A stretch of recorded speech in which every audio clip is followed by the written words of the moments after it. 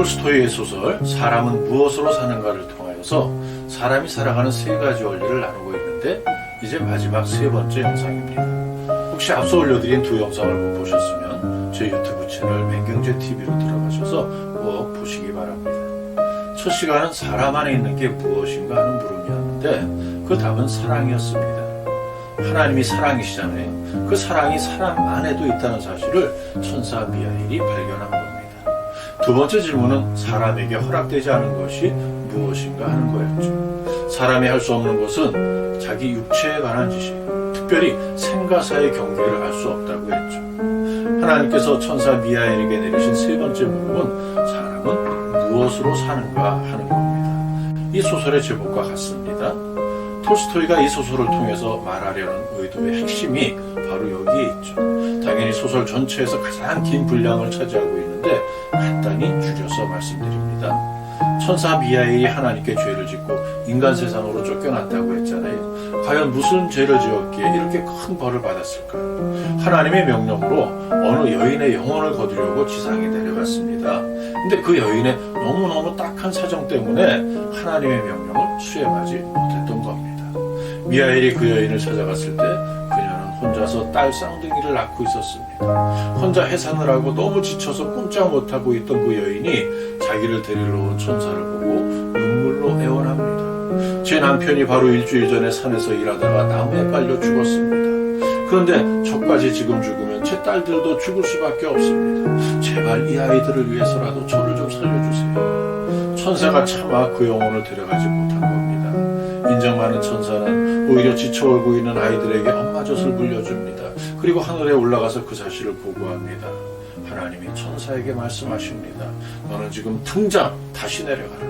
가서 그 여인의 영혼을 데려와라. 그런 후에 너는 내 명령을 거역한 죄로 인간 세상에 떨어져서 내가 주는 세 가지 물음의 깨달음을 모두 얻을 때까지 인간으로 살아야 한다. 하나님의 준엄한 명령에 천사는 다시 내려와서 여인의 영혼을 데려갔습니다. 그리고 천사의 날개가 꺾이며 땅에 떨어졌던 것이죠. 그가 세몬의 구두방에 온 지도 어느새 6년이 지났습니다. 처음 만난 세몬 부부를 통해서 첫 번째 깨달음을 얻었고 1년 후에 마차를 타고 온 신사를 통해서 두 번째 물음에 대한 답을 깨달았지만 그 뒤로 세 번째 물음의 답은 깨닫지 못하고 있었습니다. 그렇게 6년이 지난 어느 날 한눈에 보기에도 부티나는 한 여인이 예쁜 쌍둥이 딸을 데리고 세몬의 구두방을 찾아옵니다. 미하엘이 그 쌍둥이들을 보니까 자기가 영혼을 거두었던 여인의 딸들입니다. 그 어머니가 6년 전의 이야기를 합니다. 그 마을에 살던 젊은 부부의 가정에 갑자기 큰 불행이 찾아왔습니다. 일주일 전에 남편이 사고로 죽었는데 산모가 딸 쌍둥이를 낳아놓고 죽은 겁니다. 마을 사람들이 모였습니다. 사람들은 죽은 여인의 장례와 살아남은 딸 쌍둥이의 양육에 대한 회의를 했습니다. 그 결과 막 아이 하나를 낳아서 젖이 많던 자기가 이 아이들을 우선 맡아 기르게 되었다는 겁니다. 근데 자기 아들은 얼마 안 돼서 죽고 맙니다. 이제 이 아이들이 진정한 자기 자식이 되었던 것이죠.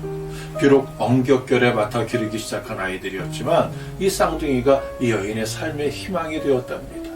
그리고 이 아이들이 얼마나 사랑스러운지 이것을 자랑합니다. 이 여인을 보면서 미하엘이 깨닫게 되죠. 사람은 무엇으로 사는가? 그렇다. 사람은 사람으로 더불어 산다. 애초부터 천사가 상관할 일이 아니었다. 이 아이들은 남편 잃고 가난한 가운데 절망 가운데 있던 그 생모보다 오히려 더 유복한 집에 가서 더 아름답게 자라고 있지 않은가. 미하엘이 이렇게 마지막 과제를 깨달았을 때 하나님께서 징계를 풀어주셨습니다. 미하엘의 양어깨에 날개가 돋아나고 다시 천사가 되어 하늘로 올라가게 된 것이죠. 이게 소설의 내용입니다. 태어나면서부터 부모를 잃은 쌍둥이 자매가 과연 세상을 어떻게 살아날 수 있을까 했던 그 천사의 걱정은 기우에 지나지 않았던 겁니다. 인간 세상이 아무리 생존 경쟁이 치열한 그 약육강식의 세상이라도요, 어려운 이웃을 돌봐주는 마음이 사람들에게는 있다라는 겁니다. 왜요? 사람 안에 사랑이 있거든요. 그것도 하나님의 사랑. 그 사랑이 사람들 사이에 더불어 사는 그 삶의 원리를 만들고 지켜줄 수 있게 해주는 겁니다. 이 소설을 읽으면서 저는 구약성경 룻기를 생각했습니다. 룻기의 주인공 룻은 모압이라는 이방 지방의 여인이죠. 자기 고향에 살면서 그곳으로 이주한 유대 남자를 만나서 결혼했습니다. 아주 꿈같이 행복한 시간이었습니다. 그러나 그녀의 행복은 잠깐뿐이었죠. 젊은 남편이 죽어버린 겁니다. 남편만이 아닙니다. 시아버지도 죽고 시아주머니도 죽고 이 가문의 남자들이 남김없이 다 죽고요. 시어머니 나오미와 큰동서 오르바 그리고 룻 이렇게 여자 셋만 달랑 남았을 때 그때 여자가 먹고 살기 위해서 할 수 있는 일이 있나요? 더구나 시어머니가 유대 사람이잖아요.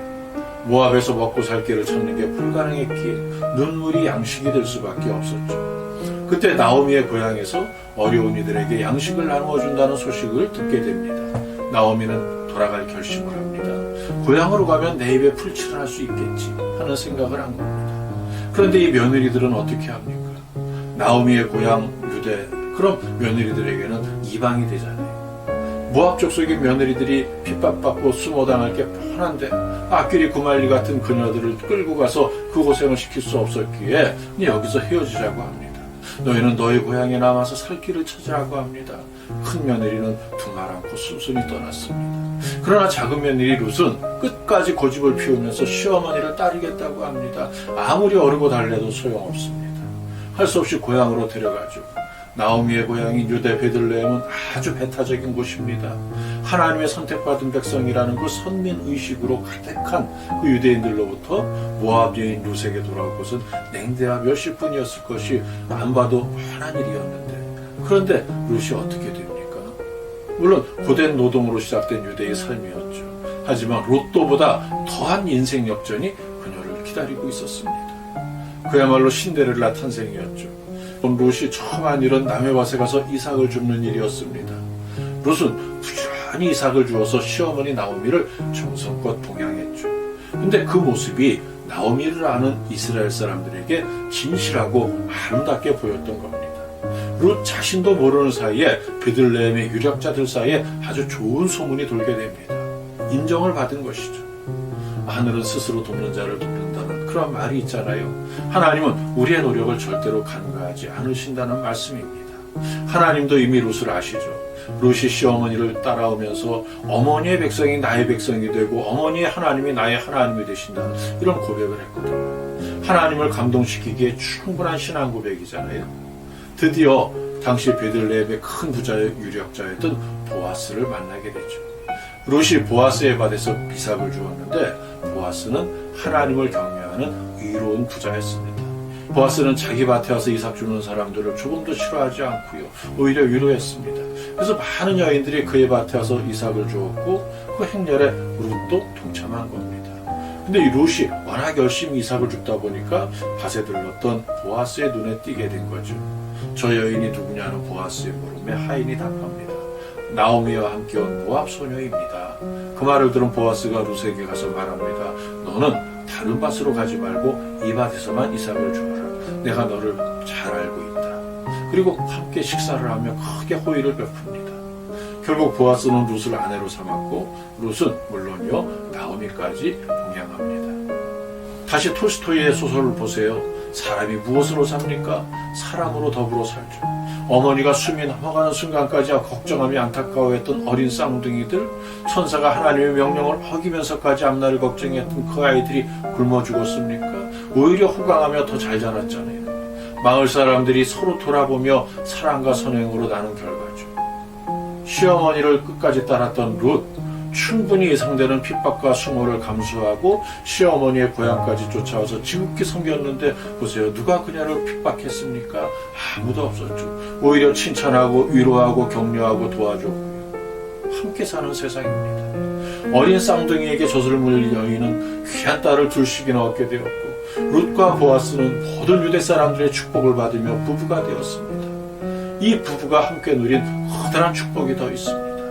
마태복음 1장 5절에 보니까 보아스는 룻에게서 오벳을 낳고 오벳은 이새를 낳았습니다. 이새는 다윗의 아버지죠. 다윗은 예수님의 조상입니다. 이 부부가 예수님의 조상이 되는 영광을 얻은 겁니다. 하나님의 사랑 안에서 서로 함께 도우며 사는 자녀들을 하나님이 기뻐하십니다. 오늘도 끝까지 함께 해주셔서 감사합니다. 구독과 좋아요, 공유까지 꼭 부탁드립니다. 하나님의 사랑으로 축복합니다.